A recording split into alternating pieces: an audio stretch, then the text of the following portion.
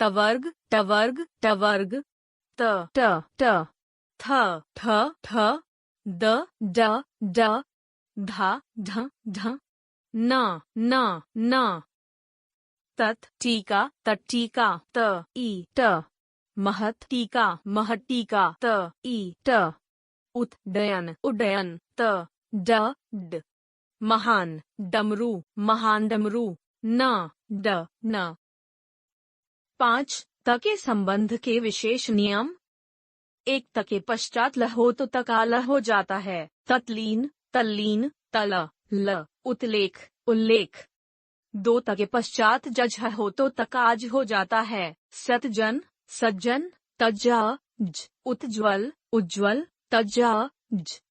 3 यदि त के पश्चात शय तो तकाच और शकाछ हो जाता है, उच्छ्वास उच्छ्वास, तश उच्छिष्ट उच्छिष्ट, तश। 4 यदि के पश्चात ह व्यंजन आए तो उत्काद तथा हकाद हो जाता है, उद्धार उद्धार, तह ध, उद्धरण उद्धरण, तह ध। 6 के संबंधी विशेष नियम।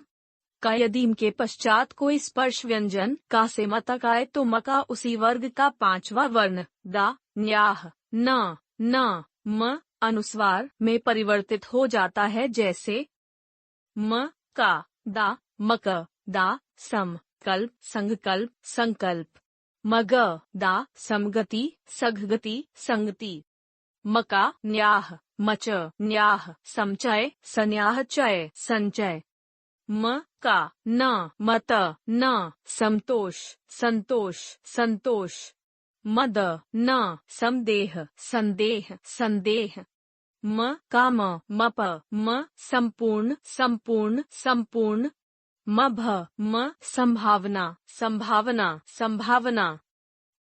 खम के पश्चात यदि अंतःस्थ व्यंजन य र ल वया उष्म व्यंजन श श स ह हो तो सदैव अनुस्वार हो जाता है।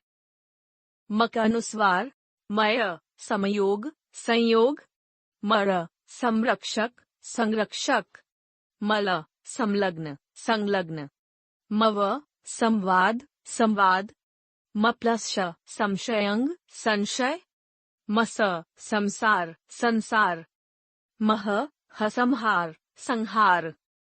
ग म के पश्चात यदि म आता है तो सदैव द्वित्व व्यंजन म हो जाता है, जैसे मका द्वित्व म सम्मुख सम्मुख सम्मिश्रण सम्मिश्रण।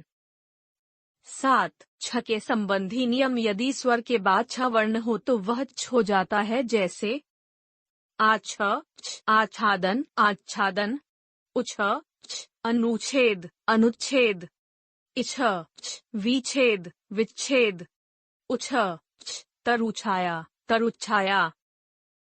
8 सकाश में परिवर्तन। जब स से पूर्व आ को छोड़कर कोई अन्य स्वर हो तो उसका श हो जाता है, जैसे इस श विषम विषम, उस श सुसुप्ति सुषुप्ति, इस श विषाद विषाद, इस श अभिषेक अभिषेक। 9 नकान में परिवर्तन। यदि पहले शब्द के अंत में री र श हो और दूसरे शब्द के प्रारंभ में न हो तो उसका न में परिवर्तन हो जाता है, जैसे रन ण परिणाम परिणाम, शन ण भूषण भूषण। 10 रकालोप और दीर्घ हो जाना। यदि पहले शब्द के अंत में र हो और दूसरे शब्द के प्रारंभ में भी र हो तो पहले वाले शब्द र का लोप हो जाता है व उसका पहले वाला वर्ण दीर्घ हो जाता है, जैसे निर्रज नीरज र और नी की जगह नी, निर्रोग निरोग, निर्रस नीरस, निर्रव नीरव। 3 विसर्ग संधि। विसर्ग का प्रयोग संस्कृतनिष्ठ शब्दों में होता है। विसर्ग का उच्चारण ह की भांति किया जाता है। इसका चिन्ह विसर्ग है।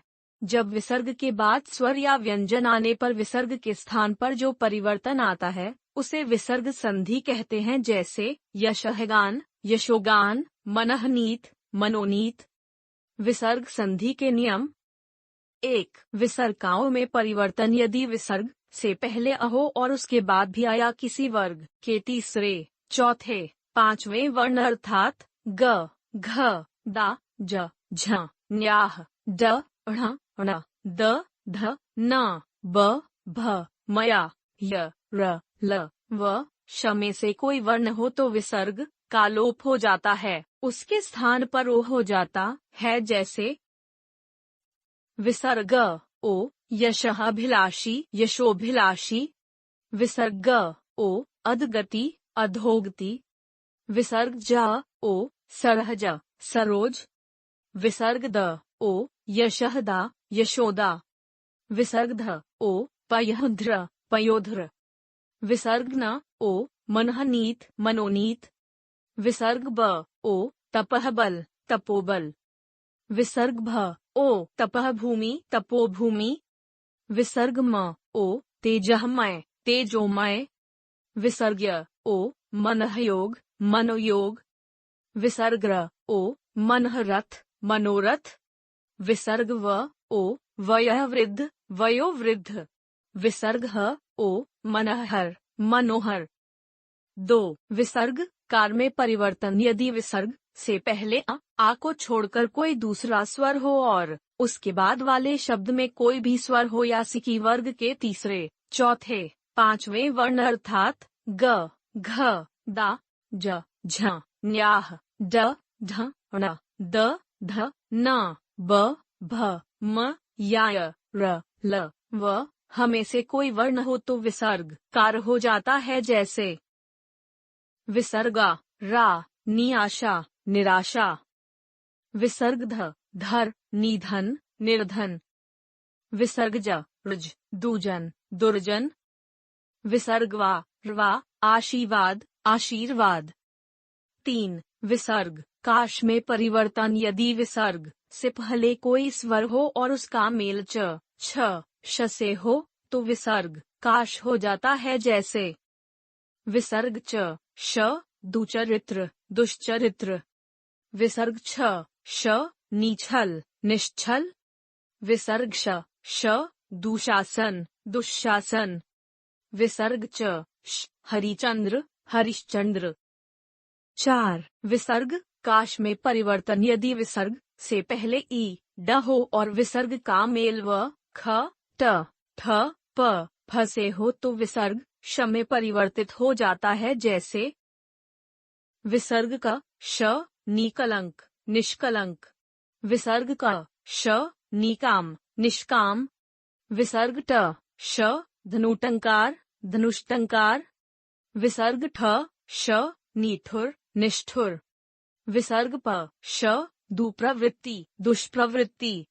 विसर्ग प, श, निप्राण, निष्प्राण। विसर्ग प, श, निपल, निष्फल। 5. विसर्ग का समय परिवर्तन। यदि विसर्ग का मेल त, स से हो तो विसर्ग स में परिवर्तित हो जाता है। जैसे विसर्ग त, स, नितेज, निस्तेज। नमस्ते, नमस्ते। विसर्ग स, स, दुस्साहस, दुस्साहस। निसंतान, निसंतान। 6. विसर्ग का लोप हो जाना का। यदि विसर्ग से पहले अया हो और उसके आद वाले शब्द में अ के अतिरिक्त कोई और स्वर हो तो विसर्ग का लोप हो जाता है। जैसे अतएव, अतएव। मनहेव, मनएव।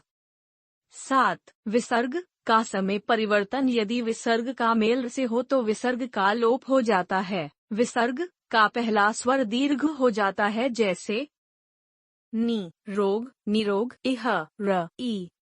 नी, रज, नीरज। नी, रस, नीरस।